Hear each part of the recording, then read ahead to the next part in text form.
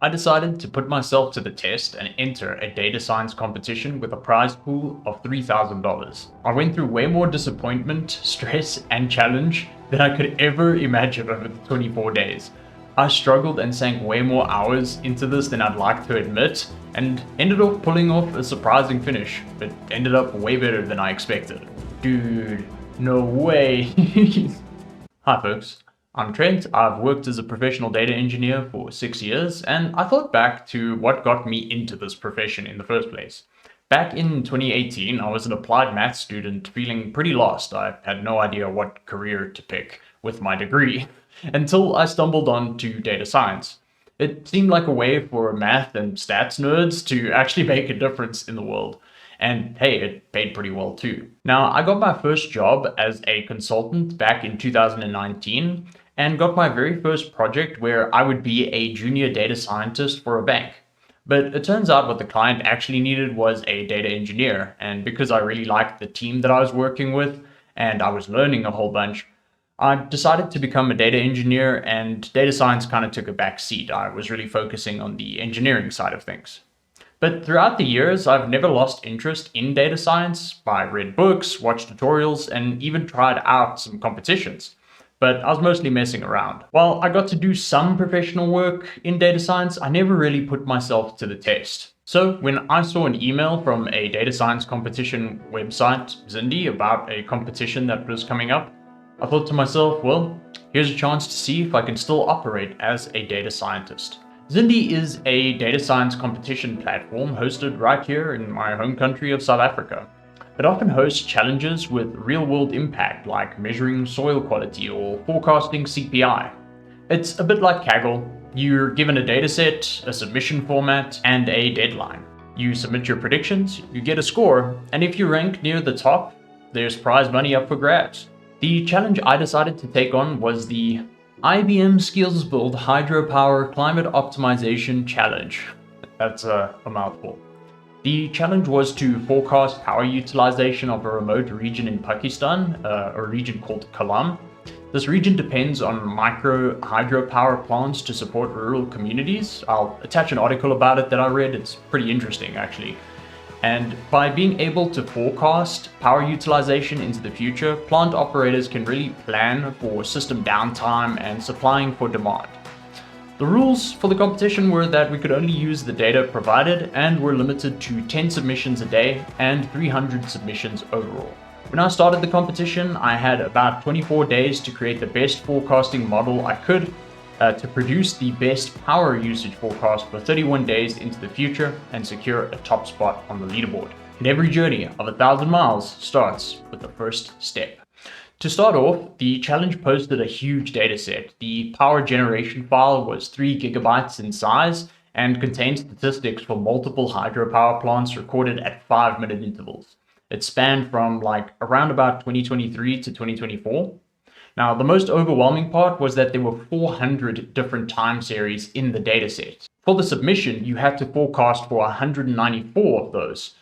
These were specific consumer and device or power plant combinations. I remember learning about time series in university, but this was just one series at a time. When I learned this, we'd only have to forecast in the univariate case, so getting back into forecasting was just like riding a bike, except there were 194 bikes and only one of me. For day one, to get back into how to actually work with one of these competitions, I basically took the starter notebook they provided, ran it, and made a submission.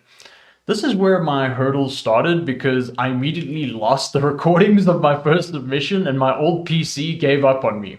Long story, so that was not a great start. Okay, it has been a bit of a struggle. I've been worked on some competition submissions for the Hydropower Climate Optimization Challenge. And I lost all that work. Basically, I was using one of my other laptops and it kind of gave up on me. So I lost my recordings and the work that I did because, like an idiot, I didn't put my work into a Git repo, or at least I had a folder going, but I didn't commit my changes. I was just kind of starting out, kind of starting from scratch, but it's probably better because I worked on some submissions for the competition and managed to get like one out where I was trying a bunch of different models and stuff, but it didn't work out so well. So on my submissions list, like I tried out basically a starter notebook that the competition gives you, got a score, a root mean square error score of 8.41.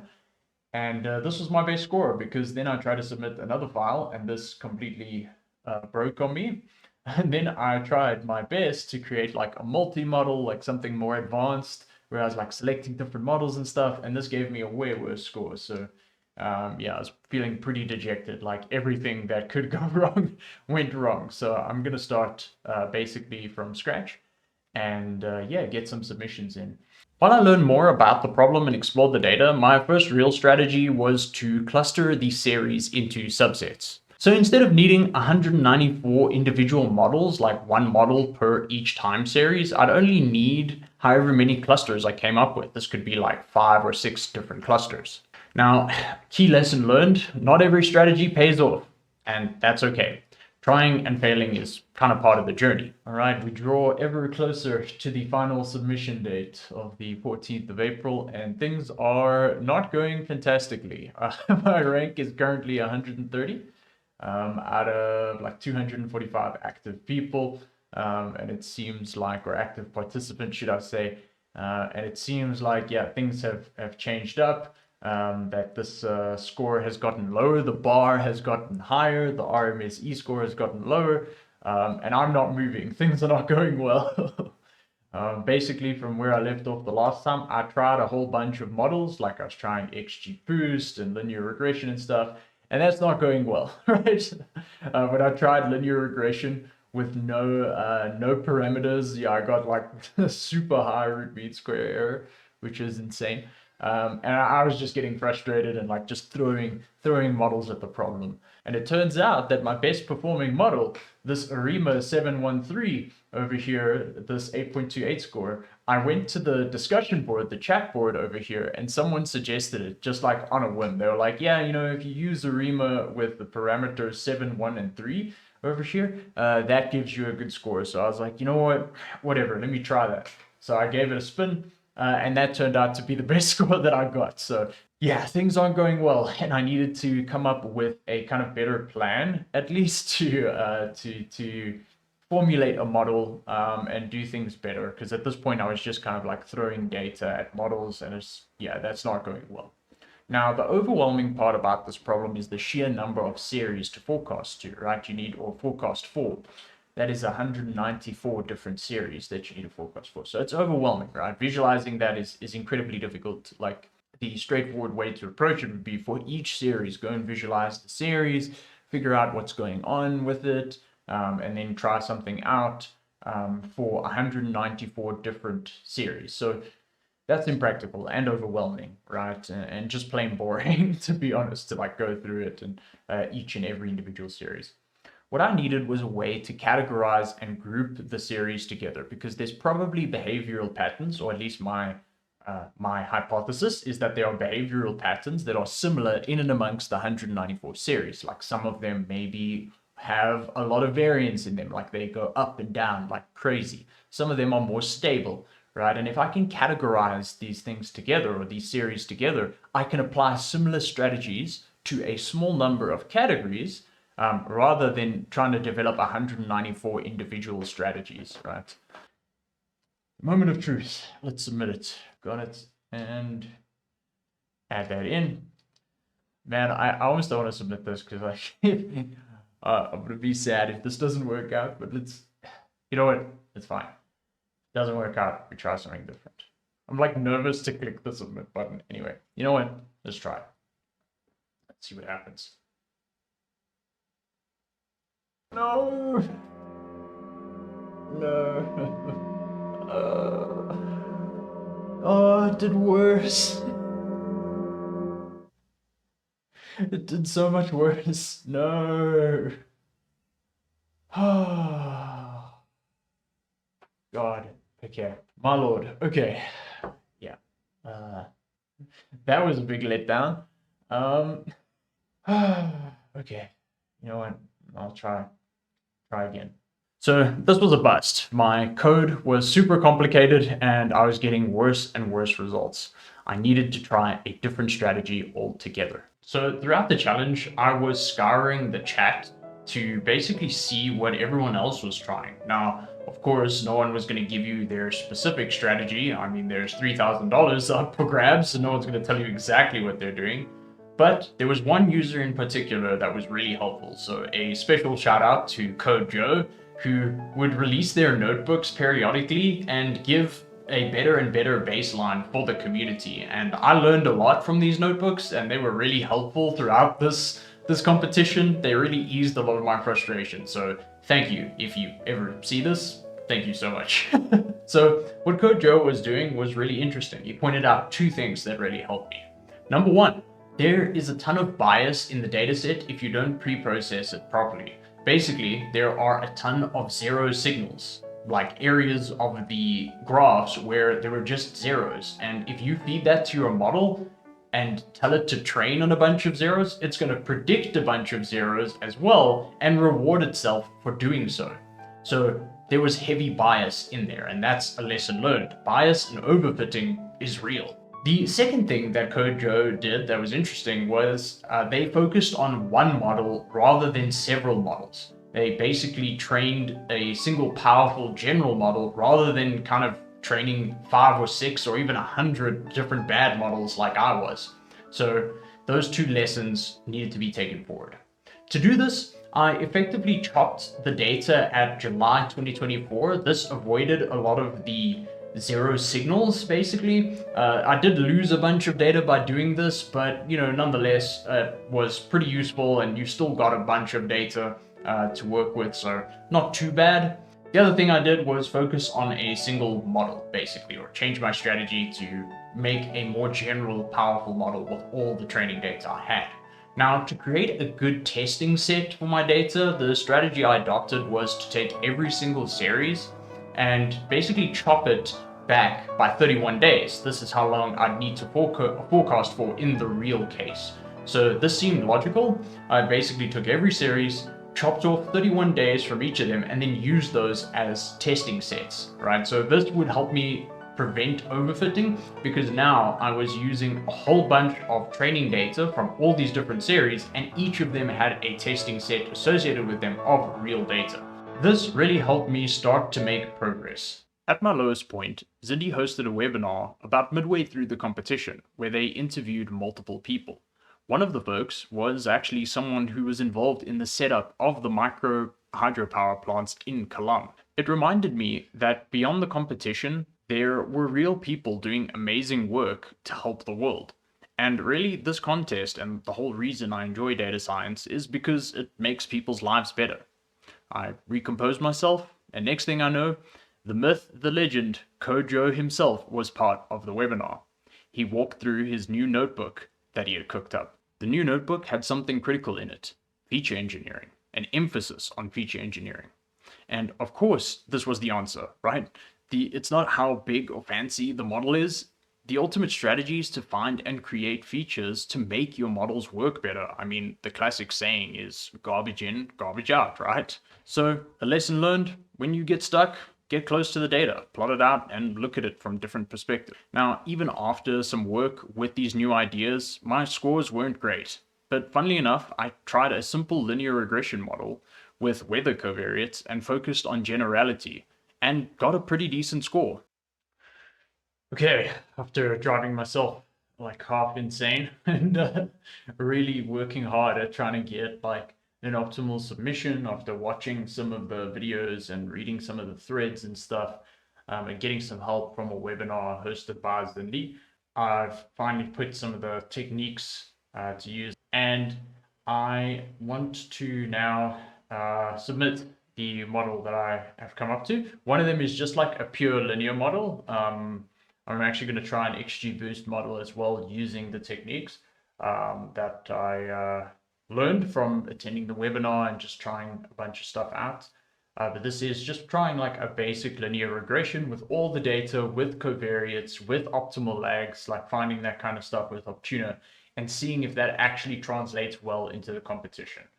Yeah, let's let's see how this goes, man, because yeah, it's been a struggle. I mean, again, my best submission currently is like a sample submission from someone at Zindi. They produced a new sample submission to kind of give you an idea of like how to improve if you're struggling and that kind of thing. And I was like, all my submissions up to this point have sucked. So let's give it a spin. Okay, here we go. So I called this optimal linear. This is purely actually just using linear regression. So I'll be interested to see what the score is. So let's yeah, let's give this a shot. Fingers crossed, man. Okay. Okay. All right. So it's not the best model, right? But that's pretty darn close, right? And that's super good. And this was just using linear regression.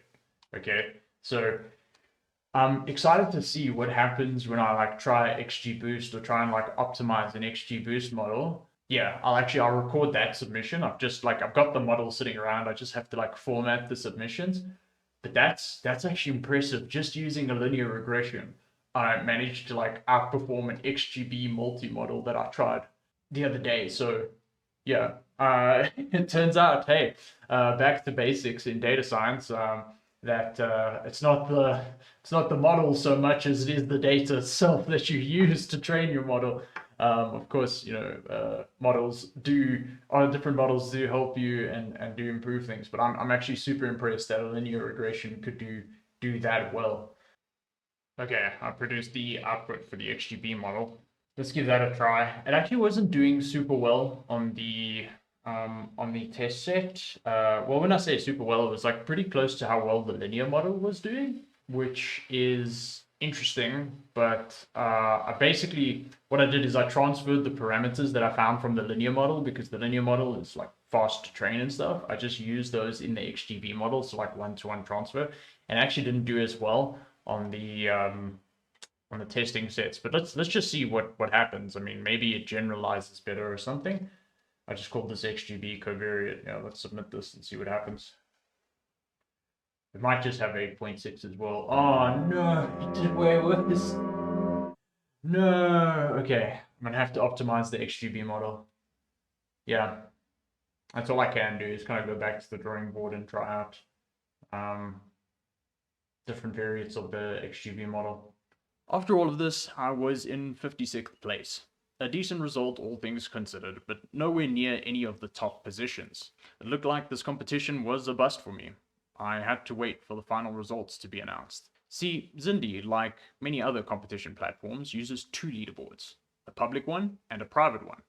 The public one is based on a portion of the validation data, but the private leaderboard, which determines the final rankings, uses all of the data and is reviewed and revealed only at the end of the competition.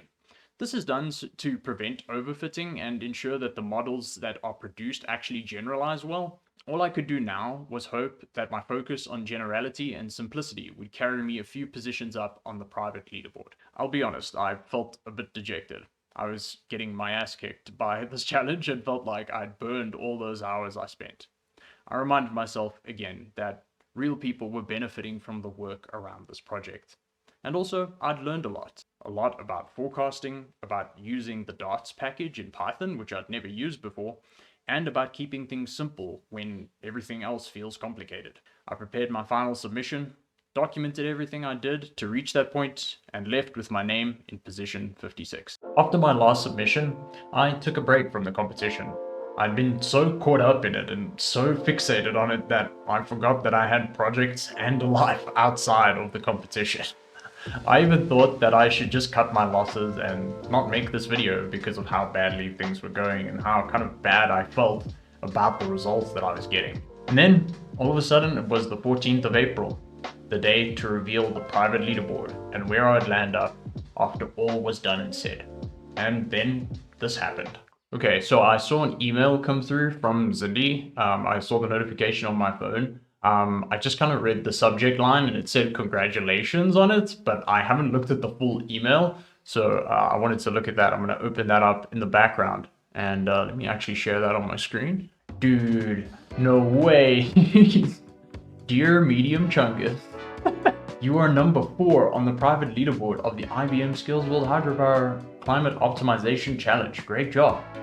4th place? That's like that's insane. I'm like truly shocked that that happened, and I have no idea which, like, at this point, which of these got it, or which model of mine got it. But if I like look at this part, ID this, and then optimal linear month lagged covariance. Dude, that's like, that's my linear regression model. One sec, let's see this. Okay, yeah, it looks like it's real. I mean, there we are. 4th place, baby. My public score was 7.188 and my private score was 4.51. Damn, that's pretty insane. Man, it was so close. Look how close that is. Damn, I was like, what is that? 0.02 away from the next place. Damn, that's so close. The best score, I mean, that's like decently far. That's like, what is that, 0.05 from the next position, and away from me, it's like, what, 8.08. So decent way away, but like, damn, we did this using linear regression. That is crazy. That is crazy. Like, I'm in a little bit of disbelief. So I jumped all the way from position about 56 to 4th with my basic linear regression forecaster. That is the very thing that got me the position that I did, that got me the best score. The simple model that I made as kind of a throwaway experiment got me the best result. So, lesson learned, even the simplest model, when used well, can go toe-to-toe with complex ones. So don't underestimate the basics. Now, 4th place is an amazing result, but it's super frustrating at the same time because it's right outside of the positions that actually receive prize money. The difference between me and $600 is like 0.02 kilowatt hours. That's basically less than like running your toaster. So, man, yeah, $600, man.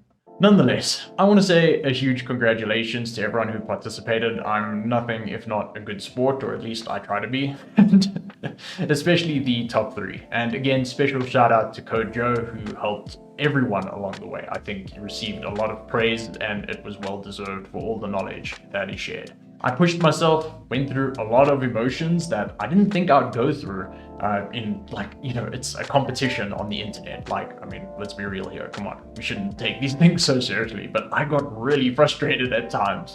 You know, I got to put the data scientist in me to the test, and this is definitely not the last time that I'm going to participate in one of these competitions. I mean, besides all the frustration and the self-doubt, I actually had a lot of fun with this, and yeah, I definitely want to do another one sometime soon. Now, as a last point, the result for this isn't final. I actually need to submit my final submission code and documentation to Zindy for evaluation since we cracked top 10. So this will only be finalized by next month. I'll leave a pinned comment or something if anything changes or come across anything about this. But for now, 4th position is where we're at. I hope you enjoyed this journey with me. It's a bit of a change from my usual tutorial videos and focus more on the challenge itself and kind of telling the story. If you like this format, please consider liking the video, subscribing, or joining the channel. And let me know in the comments if you'd like to see me do more videos like this. I had a lot of fun making it and have plenty of ideas for other challenges I could take on with kind of like data science and data engineering, like IRL challenges or something like that. And if you're curious about the technical side of this project and more of a tutorial, I will make a full tutorial walkthrough of my solution once I've submitted and everything to Zindy, and basically show you exactly what I did to get the result that I got to. I'll link that here as soon as it's ready. And I also have a separate video on linear regression itself, which ironically I called linear regression. It's more powerful than you think or something. So maybe I should have taken my own advice from the beginning. Anyway, thank you so much for watching. I hope you're having a great day and had fun. And I will see you soon.